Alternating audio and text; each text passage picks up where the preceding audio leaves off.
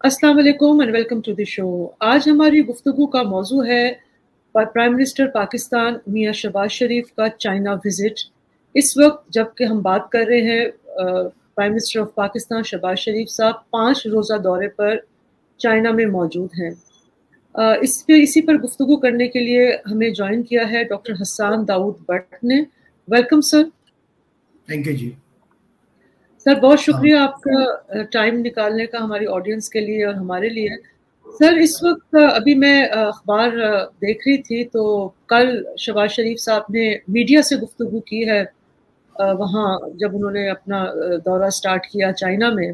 Sir मैं कुछ पढ़ के सुनाना चाहूँगी ताकि उसके बाद फिर हम उस पर बात करेंगे। सर उन्होंने कहा है कि we are coming with serious plans. We are coming with serious plans. We will engage with you and return to Pakistan with great dividends that will benefit Chinese and Pakistani companies, and the two countries will have their relations strengthened and become higher than the Himalayas और वो वगैरह वगैरह। अब sir यहाँ जो मैं आपसे पूछना चाहूँगी, उन्होंने कहा है we are coming with serious plans। ये serious plans sir, I would like you to describe what does he mean by serious plans। फिर उन्होंने कहा है कि we will return with great dividends and then we will benefit Chinese and Pakistani companies। अब sir सवाल ये है कि 10 साल हो गए हैं हमने सी पैक का एक इतना ज़बरदस्त प्रोजेक्ट जिसको हमने बहुत बढ़ा चढ़ा कर पेश किया, बताया लोगों को कि बहुत कुछ।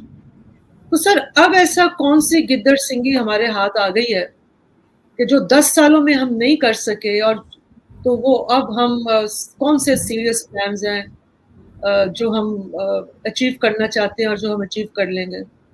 जी बहुत शुक्रिया। It's always good to talk to you and be on your show. आपने बिल्कुल सही कहा कि प्राइम मिनिस्टर 5 दिन के दौरे पे गए हुए हैं चाइना, और आई थिंक एक अनप्रेसिडेंटेड दौरा है इन अ वे कि इसके अंदर जो नंबर ऑफ डेलीगेशन है वो काफ़ी बड़ा है। इसमें दो एस्पेक्ट हैं। एक तो ये कि business leaders, about 160 business leaders जो हैं वो शेंजन और बीजिंग जा रहे हैं, और इसके अलावा मिनिस्टर्स जो हैं तकरीबन 9 मिनिस्टर्स साथ हैं, जिसमें minister of planning, minister of foreign affairs, minister of commerce, board of investment, minister of information, minister of IT। So and if I am not forgetting तो 9 मिनिस्टर्स हैं। इसके अलावा गवर्नमेंट मशीनरी के सीनियर ब्यूरोक्रेट्स और officials होंगे। सो I think एक commitment naturally ये है इस दफ़ा, और मुझे उम्मीद है कि शायद इस दफ़ा जो डिस्कशन है वो and I am not saying कि हर दफ़ा नहीं होती, लेकिन इस दफ़ा ये है कि more focus towards economic dividend है। लेकिन मेरा ये भी ज़ाती ख्याल ये है कि जब वो प्रेसिडेंट शी से जब मिलेंगे और वहाँ पे डिस्कशन होगी तो वहाँ पे सिक्योरिटी और इसका जो मैकेनिज्म है वो भी डिस्कस होगा, और पाकिस्तान कुछ एविडेंस भी लेके जाएगा जिसमें वो शोकेस करेगा कि जो टेररिज्म है, स्पेशली जो चाइनीज़ प्रोजेक्ट्स के अगेंस्ट टेररिज्म है, उसकी बुनियाद कहाँ से हो रही है, ओरिजिन कहाँ से है, और इसको रोकने के लिए क्या कलेक्टिव मेजर ले जाएंगे। और मेरा ख्याल है कि इसमें ओवरऑल स्टेट मशीनरी या होल ऑफ गवर्नमेंट नज़र आएगी, और मैं उम्मीद रखता हूँ, और मुझे I would like to state also के प्रॉब्ली बीजिंग में उनको पाकिस्तान साइड से और भी कोई इम्पोर्टेंट डेलीगेशन मेंबर्स भी ज्वाइन करेंगे। तो ये जो एक अप्रोच है होल ऑफ गवर्नमेंट, ये बहुत ही सिग्निफिकेंट है चाइना के लिए इस टाइम पे। अच्छा, अब हम ये देखते हैं कि ये दौरा एक तो पाकिस्तान के एस्पेक्ट से देखते हैं, लेकिन ओवरऑल इन्वेस्टमेंट सिनेरियो को देखते हैं, और उसके बाद फिर हम CPEC की तरफ जाएंगे। जो आपने इस वक्त जो ओवरऑल ग्लोबल सिनेरियो उसके अंदर जो इन्वेस्टमेंट है उसके अंदर कुछ डिक्लाइन नज़र आ रहा है, इवन चाइना के अंदर नज़र आ रहा है हमें, इवन US के अंदर कुछ। लेकिन जो चीज़ हो रही है वो ये है कि जो सेंटिमेंट है इन्वेस्टर्स का वो बहुत इम्प्रूव कर रहा है, और ओवरऑल जितने भी इंडेक्स आ रहे हैं इन्वेस्टमेंट सेंटिमेंट्स के वो बहुत ही फोर्थ कमिंग है, जिसके अंदर टेक्नोलॉजी का सेक्टर है, जिसके अंदर हॉस्पिटैलिटी और टूरिज्म का सेक्टर है, जिसके अंदर मैन्युफैक्चरिंग का सेक्टर है, माइंस एंड मिनरल का सेक्टर है। ये ओवरऑल इंक्रीज कर रहे हैं ग्लोबली, और ट्रेंड जो है वो पॉजिटिव नज़र आ रहा है। तो इन अ पोस्ट कोविड इन्वायरमेंट, सो मेरे ये ख्याल है कि ये दौरे के अंदर हमें बहुत ही अच्छा प्रिपरेशन करके जाना चाहिए। मेरा ख्याल है कि वो जो हम पावर पॉइंट प्रेजेंटेशन और पिच बुक्स बनाने का ट्रेंड है हमारे पब्लिक सेक्टर में, वो तो रह गई, उसको तो हम चेंज नहीं कर सकते। लेकिन आई थिंक जो हम बात करें वहाँ पर, और हमारी जो इंगेजमेंट हो, चाहे 1-to-1 हो, चाहे वो पब्लिक इंगेजमेंट हो, बिजनेस फोरम हो, वो सब्सटेंस नजर आए, रेट्रिक ना नजर आए। जब आप सब्सटेंस से बात करते हैं, कमिटमेंट से बात करते हैं और गाइडलाइंस और टाइमलाइंस देते हैं, तो फिर आपको इतना प्रॉब्लम नहीं होता। जब आप रेट्रिक की बात करते हैं, जिस तरह आपने भी कहा हिमालय से ऊंची, समुद्रों से गहरी, ये बिल्कुल दुरुस्त है, इसमें कोई शक नहीं है। लेकिन बिजनेस का एक ही फार्मूला होता है, और बिजनेस का फार्मूला ये होता है कि कहाँ से आप डिविडेंड और प्रॉफिट बना सकें। तो हम अगर ऐसे प्रोजेक्ट्स लेके गए जिससे प्रोजेक्ट्स बना सके, चाहे वो एग्रीकल्चर में हो, माइंस एंड मिनरल टूरिज्म हो, तो आई थिंक कि फिर तो ये हमें आउटकम मिल जाएगा। अगर हम इससे ज़्यादा या इससे कम किसी तरह जा रहे हैं, तो मेरे ख्याल में ये चैलेंज रहेगा। हमें ये बताना पड़ेगा कि हमने 10 साल के अंदर अपने ईज ऑफ डूइंग बिजनेस में क्या इम्प्रूवमेंट की, सिक्योरिटी सिस्टम में क्या इम्प्रूवमेंट की, क्यों अब चाइनीज, लाओस और कंबोडिया छोड़ के रशियाई और धाबेजी में जाएं, जबकि अभी वहाँ पर बिजली और गैस के इश्यूज हैं। तो हमें ये बताना पड़ेगा। मैं आपको बताऊं कि इन्वेस्टर्स जो होता है वॉर जोन्स में भी इन्वेस्ट करता है, ये नहीं होता कि वो नहीं जाता। बहुत सारे चैलेंजेस को वो एड्रेस करने की सलाहियत रखता है। बिजनेस इन इट सेल्फ एक रिस्की काम होता है, investment in it self risk होता है। आपने रिस्क मिटिगेट करना होता है, सपोर्ट करनी होती है, और गवर्नमेंट का काम पॉलिसीज देना है। आपने अगर अपनी, यकीनन चाइना की तरफ से स्टेट ओन एंटरप्राइजेस की स्ट्रेंथ है, लेकिन साथ साथ उनकी जो बिजनेस है और एसएमई सेक्टर है, जो ई कॉमर्स है, हमें इसके साथ लिंक करना होगा। अच्छा, अब लिंक करने की ख्वाहिश अपनी जगह हो सकती है, क्या इसका पोटेंशियल इन जॉइंट वेंचर्स करने की एबिलिटी वाले बिजनेस कम्युनिटी में हमारे पास लोग हैं, उनको हमें आइडेंटिफाई करना होगा, उनकी कैपेसिटी बिल्ड करनी होगी, उनकी कॉन्फिडेंस बिल्डअप करना होगा। सो ये ओवरऑल डिफिकल्ट टास्क है, लेकिन अपॉर्चुनिटी का साइज इतना बड़ा है कि इससे बेइंतहा फायदा हो सकता है। और गवर्नमेंट को ये इंगेजमेंट वन ऑफ नहीं रखनी होगी, इसको वापस आते ही दोबारा इसकी ब्रीफिंग्स दी जाएं, इस पे academia, business community, think tanks, इनसे इंगेजमेंट करके उनको बताया जाए कि इस विजिट के क्या मकासद थे, क्या डिलीवरेबल्स थे, और वो कितने हद तक अचीव हुए, क्या आउटकम है, ताकि फिर वो जब इंगेजमेंट होती है, एकेडेमिया की रेगुलर इंगेजमेंट होती है चाइना में, थिंक टैंक्स की होती है, वो फिर इसको आगे लेके जा सके। तो ये इंगेजमेंट कंटिन्यूस रहनी चाहिए। और मेरा ख्याल है कि हमें इस दौरे के में शी जिनपिंग और जो प्रीमियर है उनको इनवाइट करना चाहिए। पाकिस्तान में प्रीमियर का अभी तक दौरा नहीं हुआ, तो हमें इनवाइट करना चाहिए, और होपफुली वो आए। यहाँ पे 3-4 प्रोजेक्ट्स रेडी हैं, जिसके अंदर सुकी किनारी का प्रोजेक्ट है, गवादर एयरपोर्ट का प्रोजेक्ट है, एक गवादर की चाइना एनर्जी वालों की एक इन्वेस्टमेंट है जो उन्होंने यहाँ पर अपना रीजनल हेडक्वार्टर बनाया। ये 4-5 प्रोजेक्ट्स हैं जो कि बड़े हैं। एग्रीकल्चर में कुछ MOUs हैं।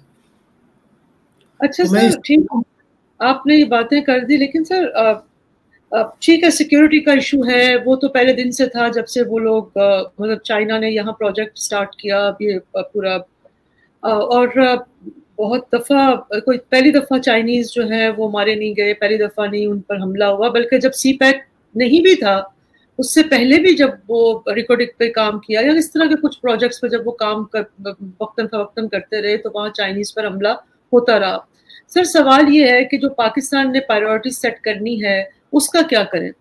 अब देखें कि 9 हमने इकोनॉमिक जोन बनाने थे, 4 अंडर कंस्ट्रक्शन है, 10 साल हो गए हैं, 5 का पता नहीं है। अच्छा, जहां से हमें पैसा आना है, जहां से हमने डिविडेंड कमाना है, जहां से हमने सीरियस प्लानिंग करनी है, वो तो हमारी प्रायोरिटी में कहीं भी नजर नहीं आ रहा। लेकिन उसके बावजूद, उससे हटकर हमने क्या किया, दर्जनों हम मोटरवेज बना रहे हैं, दर्जनों हमने रेलवे लाइनें बिछा दी हैं, उसके बाद हमने कोल फायर्ड पावर प्रोजेक्ट्स बनाए जो कि हमें चाहिए भी नहीं थे, क्योंकि हमारा ट्रांसफॉर्मेशन जो बिजली को ट्रांसफर करने का इंफ्रास्ट्रक्चर है वो इतना मुतहम्मल ही नहीं है कि हम इतनी बिजली जो है अपने लोगों को पहुंचा सकें जितनी हम बनाते हैं।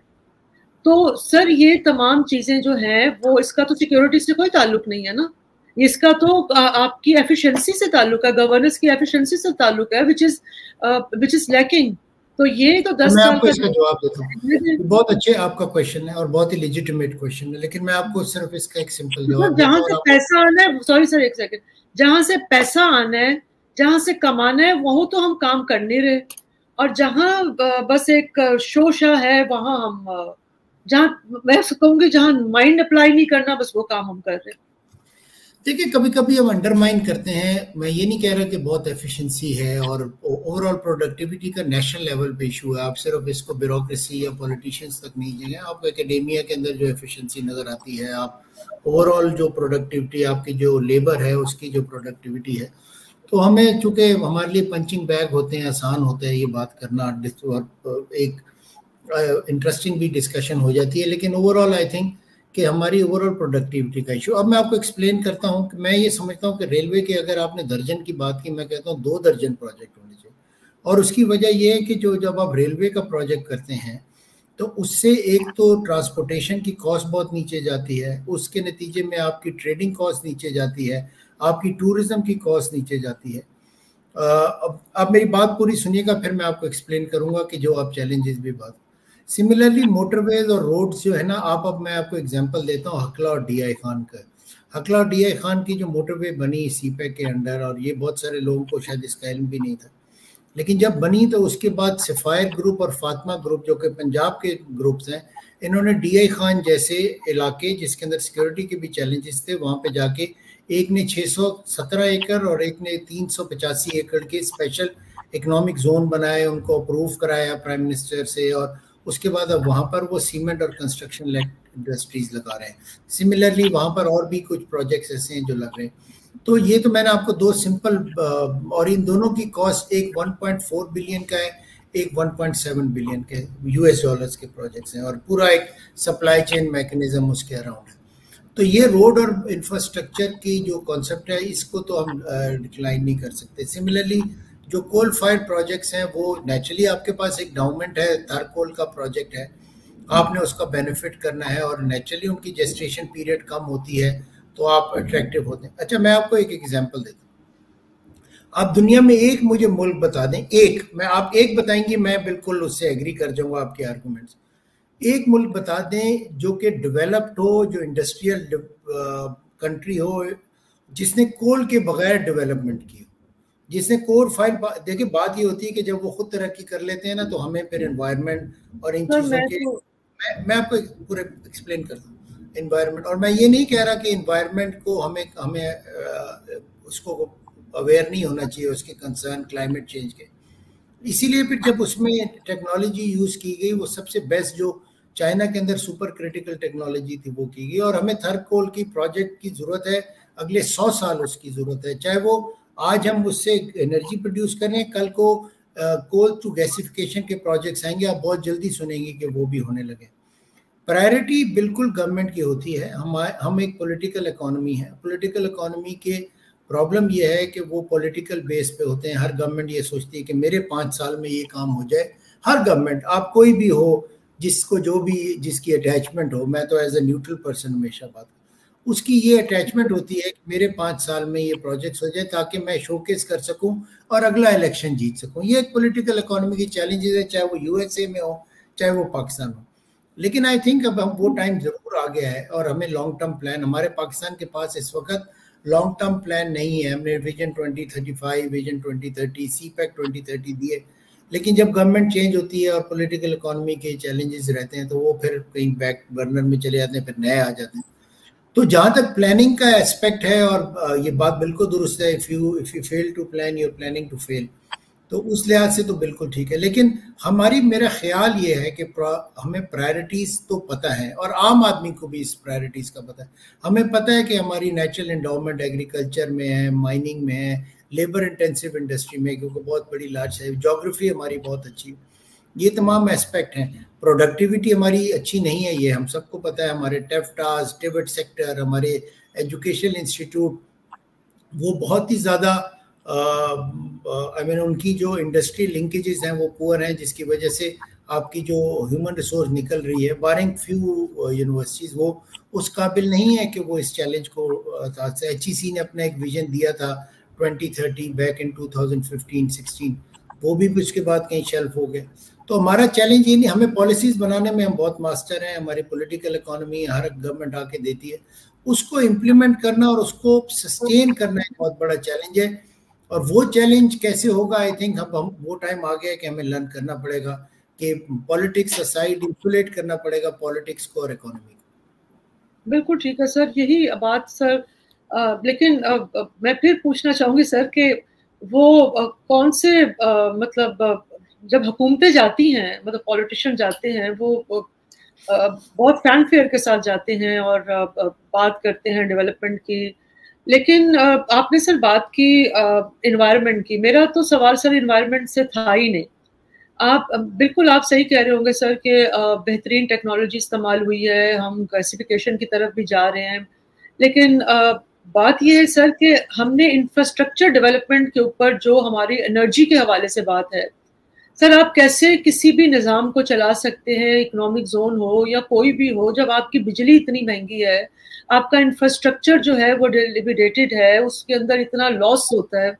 और आपके हम ये मेरे और आपके फिगर्स तो नहीं है, ये तो हुक्मरान खुद जारी करते हैं, ये सारी जो कोताहियां हैं और जो कमजोरियां हैं। तो सर वो जिसको सबसे पहले टैकल करना चाहिए था, मतलब आप एक सीक्वेंस के साथ काम करते हैं ना कि आपने ठीक है, आप टेक्नोलॉजी तो लगा रहे हैं, आप इंडस्ट्री तो लगा रहे हैं, उसको चलाने के लिए आपके पास जो रॉ मटेरियल चाहिए, जो आपको रिसोर्सेज चाहिए, जो आपका पूरा बिजली को ट्रांसफर करने का पूरा सिस्टम है। ये सर आई रिमेम्बर, मैं उस वक्त डेली टाइम्स में थी और हम जब ये नया नया सीपैक आया तो यही हम बात बार बार लिखते थे एडिटोरियल्स में कि आप इतनी बिजली यही बात है सर, हमारे पास पता नहीं 40 के 45 हजार मेगावाट बिजली बनाने की कैपेसिटी है और जिसकी हम कैपेसिटी चार्जेस भी देते हैं, लेकिन हम ट्रांसफर ही नहीं कर सकते उस बिजली को। हैंस रूरल एरियाज में आप चले जाए 12-12 घंटे की, वहाँ 16-16 घंटे की। तो हाउ डू वी एक्सप्लेन इतनी गुर्बत, आधी आबादी आपकी गुर्बत में है, 10 साल से आप सीपैक चला रहे हैं। तो सर ये तो either we are hiding something. मैं पिछले दिन में पढ़ रही थी चाइना के कुछ लिटरेचर, वो कह रहे थे कि जी इतना बड़ा तो प्रोजेक्ट था नहीं जितना इन्होंने पाकिस्तानियों ने इसको शोर मचाकर बताया हुआ है। और दूसरा सारी सर डेट के ऊपर हमने पैसा लिया हुआ है इसको चलाने के लिए, ये this is all we have to pay back. So sir उसके ऊपर आप बलोचिस्तान में देखें इतनी इंसर्जेंसी अपनी जगह। तो how do we explain these visits? ये इतना पैसा इस वक्त हमें चाहिए कि हम पैसे को बचाएं, लेकिन इतने इतने बड़े सर एक और चीज आपसे मैं पूछूंगी, ये चाइनीज ने बताया था कि ये लोग, आपको याद होगा जरदारी साहब जब आए थे तो वो पता नहीं उन्होंने अपने दौरे हुकूमत ने पता नहीं 21 के कितने दौरे किए थे, और लेकिन चाइनीज यूज्ड टू से कि हम तो तंग आ गए थे इनसे, ये आ जाते हैं बार बार। ये पहली बात मैं आपको ये बार बार कहता हूँ कि चाइनीज जो एक ड्राइंग रूम डिस्कशन होती है ना, उसको हम पब्लिक डिस्कोर्स में नहीं लाते, उसको हम इस तरह पॉडकास्ट में या ड्राइंग रूम में दोस्त क्या बात कर रहे हैं वो इससे मैटर नहीं करता। चाइनीज, चूंकि मैं वहाँ पे उस दौरान खुद एम्बेसी में था जब वो तशरीफ लाए और जी तो लाते थे, तो आई थिंक के जब भी आपकी इंगेजमेंट हो और बिल्कुल 1-to-1 इंगेजमेंट हो तो उसका बेनिफिट तो होता है। आजकल की जो डिप्लोमेसी है उसके अंदर आप देख लें कि आप टर्किश प्रेसिडेंट के साथ हो या इवन यूएस की डिप्लोमेसी का यही अब कैरेक्टरिस्टिक रहे कि पर्सनलाइज्ड होती है लीडरशिप लेवल पे। तो दौरे से आई थिंक फ़र्क नहीं पड़ता, लेकिन अगर आप दौरे की प्रिपरेशन बेहतर करें, उसके रिजल्ट्स बेहतर आएँ तो यकीनन है। और मेरा ये ख्याल है कि पिछले 3 से 5 महीने में इसमें काफ़ी काम हो रहा था। एहसन इकबाल साहब पहले एक तशरीफ़ लेकर गए, उन्होंने जाके जेसीसी की और उसके बाद फिर वहाँ पे वो ग्राउंड वर्क कर रहे थे, फातमी साहब भी उनके साथ थे। तो मेरा ख्याल है कि तैयारी तो इस दफ़ा है। अब हम आते हैं कि एनर्जी के सेक्टर में, देखिए नेचुरली एक नेचुरल साइकिल है। एक दो चीज़ें हो सकती हैं कि इसको आप इंक्रीमेंटली करें, पहले एक करें फिर दूसरा करें। एक ये है कि आप कंकरेंटली करें। आपके सीपेक के अंदर और ये बहुत ही इम्पॉर्टेंट बात है, तकरीबन 800 किलोमीटर्स की ट्रांसमिशन लाइन भी इस प्रोजेक्ट का हिस्सा है। और इसमें अंदर जो HVDC लाइंस हैं, जो पुरानी हमारी AC लाइंस हैं जिसके अंदर ट्रांसमिशन लॉस हुई थी, इसमें DC लाइंस लग रही हैं और ये बहुत इम्पॉर्टेंट है। नेचुरली आपने पहले ट्रांसमिशन करनी है, फिर उसके बाद आप, क्योंकि इश्यूज इतने ज़्यादा हैं और हम एक्सपेक्ट करते हैं कि तमाम इश्यूज हम सीपेक से एड्रेस करने की कोशिश करें। ये पॉसिबल भी है और पॉसिबल नहीं भी है। हमने ओवरऑल प्लानिंग करनी है। मैं आपकी इस बात से तो एग्री करता हूँ कि हमें ट्रांसमिशन के प्रोजेक्ट्स जो हैं स्पेशली हाइडल के और जो रिन्यूएबल के हैं उनको तो बहुत ज़्यादा और ज़्यादा प्रमोट करना चाहिए। और जितने भी प्रोजेक्ट्स होंगे, देखिए हमने जब प्लानिंग शुरू की थी और जब प्लानिंग होती है तो उसके अंदर 2-4 एस्पेक्ट होते हैं कि कितनी आपको एनर्जी चाहिए। अभी भी IGSEP उन्होंने रिसेंटली भी दिया है, पिछली गवर्नमेंट ने भी दिया था, जनरेशन पॉलिसी जो देते हैं, कितनी आपकी जनरेशन पॉलिसी होगी, कितनी ट्रांसमिशन होगी।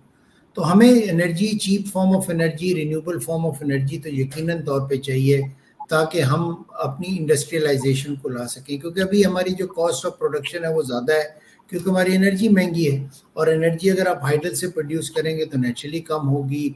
अब ये भी बात आपकी दुरुस्त है कि ट्रांसमिशन लाइंस और ज़्यादा होनी चाहिए, लेकिन मेरा ख्याल है कि अभी phase by phase Matiari to Lahore, Matiari to Faisalabad, ये जो ट्रांसमिशन लाइन है जो थर के प्रोजेक्ट को मेन ग्रिड से मिलाती हैं, ये तो इस CPEC के अंदर हो रही है। BC लाइन्स हैं और उसकी ट्रांसमिशन लॉस कम है। अब जी मैं तो एक बात इसको कंप्लीट करूँ। इसके अलावा आपकी डिस्ट्रीब्यूशन का जो मेजर इशू है इस वक्त वो ट्रांसमिशन और डिस्ट्रीब्यूशन का। ट्रांसमिशन तो नेचुरली आप एड्रेस कर लेंगे CPEC, डिस्ट्रीब्यूशन एक इंटायरली बिजनेस एंडेवर है। अगर आपने उसको आउटसोर्स करना है या आपने उसको पब्लिक प्रोक्योरमेंट की तरफ लेके जाना है, अब उसके अंदर तो नेचुरली बेनिफिट होगा। अब इसके साथ 3 एस्पेक्ट आते हैं, आपके सिक्योरिटी का एस्पेक्ट आता है, आपकी ओवरऑल ऐसा मैकेनिज्म हो जो रेट ऑफ द स्टेट कायम कर सके और वो लोगों से बिल ले सके। स्पेशली नॉर्दर्न एरियाज में प्रॉब्लम है, फाटा के अंदर प्रॉब्लम है, बलूचिस्तान के अंदर प्रॉब्लम। तो आपके पास डिस्ट्रीब्यूशन की तरफ लोग अभी उस तरह नहीं आ रहे या नहीं आएंगे। तो आपने एक ओवरऑल एक ये नहीं हो सकता कि आप सब कुछ इन्वेस्टर को कहें कि तुम आओ और डिस्ट्रीब्यूशन में डल जाओ। तो आपको कुछ प्रॉमिसेस करने पड़ेंगे, कुछ उसको इंसेंटिव देने पड़ेंगे, कुछ साथ हैंड होल्डिंग करनी पड़ेगी। तो ये होना तो फेज बाय फेज था। मैं ये ज़रूर समझता हूँ कि ट्रांसमिशन का बिल्कुल ठीक जा रहा है, इसमें मजीद ट्रांसमिशन को इम्पोर्टेंट करें, लेकिन ये कॉस्ट इन्वॉल्व है। फॉर एग्जाम्पल आप कहते हैं गवादर सिटी को आप डेवलप कर लें, अब ये पहले डिसाइड करें कि गवादर सिटी पहले डेवलप होनी है या पोर्ट पहले डेवलप हो। दोनों तकरीबन 1000 बिलियन के करीब ये इनकी कॉस्ट है ओवरऑल अगर एक स्मार्ट सिटी प्लान पे जाते हैं। तो मेरा ख्याल है पाकिस्तान जैसे मुल्क को करना डेवलप तो इंक्रीमेंटली करना पड़ेगा। इवन इंडिया ने इंक्रीमेंटली डेवलप किया, लाओस, कंबोडिया ने पहले इंफ्रास्ट्रक्चर अपना बेहतर किया, फिर सिक्योरिटी बेहतर की और फिर उसके बाद ओवरऑल इस तरफ गया। हमें सपोर्ट चाइना इस वक्त ग्लोबली अगर किसी के पास स्ट्रेंथ है आपके इंफ्रास्ट्रक्चर में और एनर्जी सेक्टर के इश्यूज को एड्रेस करने की, तो वो आपने करनी। अच्छा, अब आप एक बात लास्ट कर लीजिएगा, फिर आप अगले सवाल पे आ जाइएगा। अब फॉर एग्जांपल कैपेसिटी पेमेंट्स के जो इश्यूज, अब ये तो चाइना से रिलेटेड या CPEC से रिलेटेड तो नहीं, तो कोई भी इन्वेस्टमेंट करे तो आपकी इन्वेस्टमेंट पॉलिसी या एनर्जी पॉलिसी में।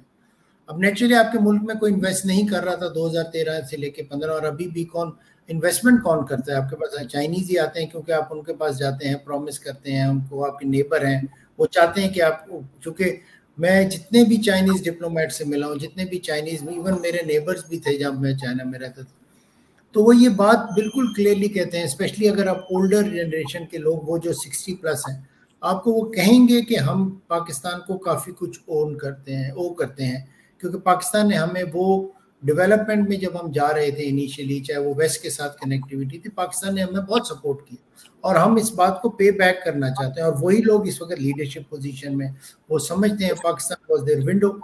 तो अब हमने इसको लेवरेज कैसे करना है वो हमारे सामने है। मैं उम्मीद करता हूं कि इस दफ़ा का विजिट जो है वो विजिट के, चूँकि जो प्राइवेट सेक्टर के लोग आते हैं वो अपनी टिकटों पे जाते हैं, वो जनरली मूवमेंट हो। अगर आप एक कमिटमेंट दे रहे हैं, पूरे अपनी टीम को लेके जा रहे हैं, स्ट्रॉन्ग टीम को लेके जा रहे हैं और वहाँ पर कमिटमेंट शो करते हैं, तो बिल्कुल ठीक है। मेरा इशू हो उसका नहीं है जो आप हाईलाइट, मेरा इशू है कि दौरे से वापस आके क्या होता है। दौरे में तो मेरी तरफ से आप डबल ले जाएं और बिल्कुल कमिटमेंट शो करें। आप जितनी कमिटमेंट दिखाएंगे, पॉजिटिव अप्रोच दिखाएंगे, प्रिपरेशन दिखाएंगे, नेचुरली बिजनेस लीडर्स या पॉलिटिकल लीडर्स खुश होंगे। मेरा इशू ये है कि वापस आके आप इन चीज़ों को भूल जाएंगे, या आप एक पूरी कमेटी तो हमारे यहाँ वो बनती रहती, यूज हो गए लफ्ज, लेकिन क्या एक मैकेनिज्म बनाएंगे, वर्किंग ग्रुप्स बनाएंगे जो कि फोर्सी कर सकें कि इस विजिट के ये डिलीवरेबल थे, ये एजेंसियां रिस्पॉन्सिबल थी, और इन एजेंसियों ने 3 महीने में क्या काम करना है, 5 महीने में क्या करना है, साल में क्या करना है। अगर तो आप ये कर सकते हैं और अगर इसके नतीजे में अगर कोई काम कर सकते हैं और एहतसाब कर सकते हैं तो ठीक है। होता यह है कि वही ब्यूरोक्रेट यहाँ पर होता है सेक्रेटरी, क्योंकि आपके वो हरदिल अजीज होते हैं किसी एक जगह, उधर से उठ के वो दूसरे चले जाते हैं, दूसरे से। अगर आपने एहतसाब करना है तो फिर आपको कैरेट एंड स्टिक और पनिशमेंट रखनी पड़ेगी। अगर कोई नहीं काम करता तो ये नहीं हो सकता कि वो लोग जब भी एक इदारे में काम नहीं करते तो फिर उससे बड़े इदारे में उनको लगा दें कि शायद वहां पे उम्मीद पे अब हम नहीं चल सकते। तो आई थिंक हमें उम्मीद से अब थोड़ा सा आगे लिखना गुजरना पड़ेगा और एक स्ट्रेट हार्ड हैंडेड अप्रोच लेके जानी पड़ेगी। तकरीरों से और मीटिंग से फायदा नहीं होगा। मैं फिर एक दफा रिपीट करता हूँ कि विजिट आप कितनी बड़ी डेलीगेशन ले जाएं पूरी प्रिपरेशन से, बहुत अच्छा है, बिल्कुल सही है। चाहे वो आप वर्ल्ड इकोनॉमिक फोरम में जा रहे हो, सऊदीया का विजिट कर रहे हो, चाइना का, टर्की का, वापस जब आप आए तो उसके बाद आप क्या करते हैं वो मेरे लिए ज्यादा इम्पोर्टेंट। लेकिन सर आखिरी बात मैं आपके साथ चाहूंगी थोड़ा सा सर, क्योंकि हम टाइम ज्यादा हो जाएगा। सर चाइना पाकिस्तान को बारहा कहता है सिक्योरिटी के हवाले से तो जाहिर है, लेकिन आई थिंक जो पॉलिटिकल इंस्टेबिलिटी है पाकिस्तान में, मेरा ख्याल है कि हमारी जितने भी ये जो सिक्योरिटी के मामलात हैं, हमारे जो एनर्जी के मामलात हैं, या हमारी जो प्रोडक्टिविटी की नेगेटिविटी है, ये सब उसका बाय प्रोडक्ट है जो पॉलिटिकल इंस्टेबिलिटी है हमारे मुल्क में। जो बार बार हम पूरा सेटअप बदल देते हैं, काम नहीं करने देते लोगों को, और उसके बाद अंगेज रखते हैं जितना पॉलिटिकल आपका रिसोर्स है उनको, ये जो भी हमारे पॉलिटिकली मोटिवेटेड जुडिशरी केसेस होते हैं वगैरह।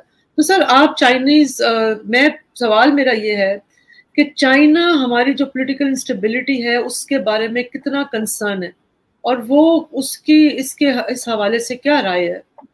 जी, जब आप मेरे से ज्यादा अगर आप 2 स्टेटमेंट्स पढ़ लें तो आपको मैं आपके सवाल का जवाब मिले। एक, जब जो फॉर्मर चाइनीज फॉरेन मिनिस्टर थे कुछ अरसे के लिए वो बने थे, फिर मिस्टर वांग ही दोबारा आ गए थे। उन्होंने जब पाकिस्तान का दौरा किया था उन्होंने आपकी पॉलिटिकल स्टेबिलिटी पे जो स्टेटमेंट दी थी वो बिल्कुल क्लियर है, अनइक्विवोकल है। बिल्कुल उन्होंने क्लियरली कहा था कि हम बिल्कुल आपके साथ खड़े हैं, लेकिन आपको अपनी जो पॉलिटिकल इश्यूज हैं और उसको नेशनल डेवलपमेंट एजेंडा को प्रायोरिटी देनी पड़ेगी और आपको रखना पड़ेगा। आई एम ट्रांसलेटिंग दैट, आप वो स्टेटमेंट पढ़ सकते हैं। सिमिलरली जब करंट गवर्नमेंट ने ऑफिस रिज्यूम किया तो उसके बाद चाइनीज गवर्नमेंट की तरफ से बहुत ज़्यादा एक अनप्रेसिडेंटेड मैसेजिंग हुई। और मैं बताऊं कि ये पहली दफ़ा मैंने देखा है कि प्रीमियर ने भी मैसेज किया और प्रेसिडेंट ने भी मैसेज किया। ये जनरली नहीं होता। इवन टर्की ने भी आपके से प्रेसिडेंट ने मैसेज किया, वहाँ पे प्रीमियर ने भी एक मैसेज आपको भेजा और क्या कहते हैं प्रेसिडेंट ने भी भेजा। तो ये बहुत अनप्रेसिडेंटेड था जो क्लियरली बताता है। लेकिन दोनों मैसेज के अंदर डाउन द लाइन एक बात उन्होंने जरूर की कि आप development through consensus and synergise approach, ये उनकी क्लियर अंडरलाइनिंग है। अच्छा, अब ये देखें ना कि क्या ये चाइनीज ने हमें आके बताना है कि आपके लिए पॉलिटिकल डेवलपमेंट है, या हमें कोई मतलब है कि ये बात तो बरहक है कि हमने अपने अंदर कुछ चीज़ों के अंदर जो नेशनल एजेंडा के अंदर हमने कंसेंसस रखना है। बाकी आप जो मर्जी करते रहें, जो पॉलिटिकल डिसहार्मनी आपने करनी, और ये हो जाता है। ये मेरा ख्याल है इतना बड़ा इशू नहीं है, एटलीस्ट मैं अपने स्टैंड पॉइंट से बता रहा हूँ। कोई पॉलिटिकल इकोनॉमी का स्टूडेंट हो, मैं सिर्फ डेवलपमेंट की और इन्वेस्टमेंट के स्टैंड, मेरे लिए ये ज़रूरी ये है कि आप मैसेजिंग किस किस्म की करते हैं। जो मैसेजिंग है वो बहुत ज़रूरी होता है। वो ये नहीं हो सकता कि आपने जो नेशनल एजेंडा के प्रोजेक्ट्स हैं, जिसमें न्यूक्लियर प्रोजेक्ट है, जिसके अंदर सी पैक का प्रोजेक्ट है, जिसके अंदर आपकी ओवरऑल गवादर के प्रोजेक्ट है, ये आपकी जो नेशनल डेवलपमेंट है और इसके जो बेनिफिशरीज हैं वो आज मैं और शायद आप भी नहीं होंगे। आज से 10 साल 20 साल बाद जो बच्चे आज जो यूनिवर्सिटीज़ में हैं, जो उस एज ग्रुप के हैं जो कि मेन स्ट्रीम में जा रहे हैं, उनको ये बताना है। और ये सबसे पहले जो मैसेजिंग बहुत ज़रूरी है वो पॉलिटिकल लीडरशिप को देनी है, वो ये कि हमारे लिए इंफ्रास्ट्रक्चर बहुत ज़रूरी है। चाहे वो ऑप्टिकल फाइबर हो, चाहे वो कनेक्टिविटी हो, चाहे रोड्स हो, चाहे और इंफ्रास्ट्रक्चर डेवलपमेंट, चाहे इवन SEZs हो जो आपने जिक्र किया। एक बात तो ये अंडरलाइन हमें पॉलिटिकल स्टेटमेंट के अंदर सबने देनी है। दूसरा ये है कि और नहीं देनी तो हम नहीं एहतसाब करना है ना, हम कितने लोग, मैं हमेशा अपनी क्लास में जब स्टूडेंट्स के साथ होता है तो मैं उनसे पहले दिन 2 सवाल करता हूँ, और मैं आपके प्रोग्राम में ये I don't know whether I should state this और नॉट, तो मैं सबसे पूछता हूँ कि आपका फेवरेट लीडर कौन है। यूजुअली क्लास 40 की होती है तो हर कोई अपना रिस्पेक्टिव आंसर देता है। तो मैं उनसे ये पूछता हूँ कि क्या आप में से कितने लोगों ने मैनिफेस्टो पढ़ा है इलेक्शन से पहले, कितने लोग पढ़ते हैं, कितने लोग या सिर्फ महबूब लीडर के उसमें आपने आगे बढ़ना है। आई थिंक ये भी एक हमें समझना होगा कि जहाँ पॉलिटिशियंस की और लीडर्स की रिस्पॉन्सिबिलिटी, हम जो वोटर्स हैं हमारी भी कुछ रिस्पॉन्सिबिलिटी है, हम एटलीस्ट आवाज तो उठाएं उन एजेंडास पे जो कि मैनिफेस्टो में प्रॉमिस किए गए थे, चाहे वो अपोजिशन की तरफ से हो, चाहे वो आज की अपोजिशन कल की गवर्नमेंट और कल की गवर्नमेंट आज की अपोजिशन, तो ये तो चलता रहेगा। लेकिन वो जो मैनिफेस्टोस के प्रॉमिस, और आप देख लें, आप इस चीज को स्टडी करके देख लें, पे टॉप 5 अपनी जो पॉलिटिकल पार्टीज हैं उनके एजेंडास देख लें, बहुत ही सटल डिफरेंस होगा ओवरऑल। सभी कहते हैं हम CPEC पे ये करना चाहें, सभी कहते हैं हम डेवलपमेंट करना, सभी कहते हैं हम जॉब्स देना चाहें, सभी कहते हैं हम इकोनॉमिक ग्रोथ करना चाहेंगे। मॉडल डिफरेंट हो सकता है, चाहे जमात इस्लामी हो, चाहे वो पीपल्स पार्टी हो, चाहे वो नून लीग हो, चाहे PTI, मॉडल थोड़ा सा डिफरेंट हो सकता है। तो आई थिंक कि हमें ये बात अब रियलाइज करनी है और हमने इस पे काम करना है, डेवलपमेंट। और मैं बताऊं कि हम इस्लामाबाद और लाहौर और बड़े शहरों की बात करते हैं, आप कभी वो चैलेंजेस जो गिलगित बल्तिस्तान के हैं, जो बलूचिस्तान के हैं, उनको भी हमने देखना। और मैं पॉलिटिकल सिक्योरिटी चैलेंजेस की बात नहीं कर रहा, मैं इंफ्रास्ट्रक्चर डेवलपमेंट, कि आपने स्कर्दू से गिलगित जाना, एक रोड है जो कि कभी लैंडस्लाइडिंग में होती है, और वो आपने डेवलप करनी। अरसे से हम KKH की एक्सपेंशन की बात कर रहे हैं, हमने Thakot to Havelian to Thakot road बना दी, उसके बाद रायकोट तक जो बनानी थी वो हम क्यों रुक गए, क्योंकि वो तो KKH से कनेक्ट होनी थी, और वो डबल हो जाती तो कितना। अब सारे लोग जाते हैं हवेलियां से नथिया गली जाते हैं, और एक नया टूरिज्म कॉरिडोर आप देख रहे हैं, टूरिज्म बढ़ रही है। मैं अभी रिसेंटली स्कर्दू से आया हूँ, वहाँ पे मेरी फ्लाइट के अंदर जो स्कर्दू जा रही थी इस्लामाबाद से, हाफ वर फॉरनर्स, और ये बढ़ रहे हैं। आपका नैरेटिव बेहतर हो सकता है, वो जो इश्यूज आपने बताए हैं इससे बेहतर हम रिजल्ट्स दे सकते हैं। क्या हम उस तरफ जा रहे हैं? यस। क्या हम उस तरफ उसी स्पीड से जा रहे हैं जिसमें हमें जाना चाहिए? नहीं। क्या चैलेंजेस में कमी आ रही है? बिल्कुल नहीं। क्या ये चैलेंजेस हम एड्रेस कर सकते हैं? बिल्कुल। Thank you very much sir, आपका टाइम का बहुत बहुत शुक्रिया। Thank you. अस्सलाम वालेकुम।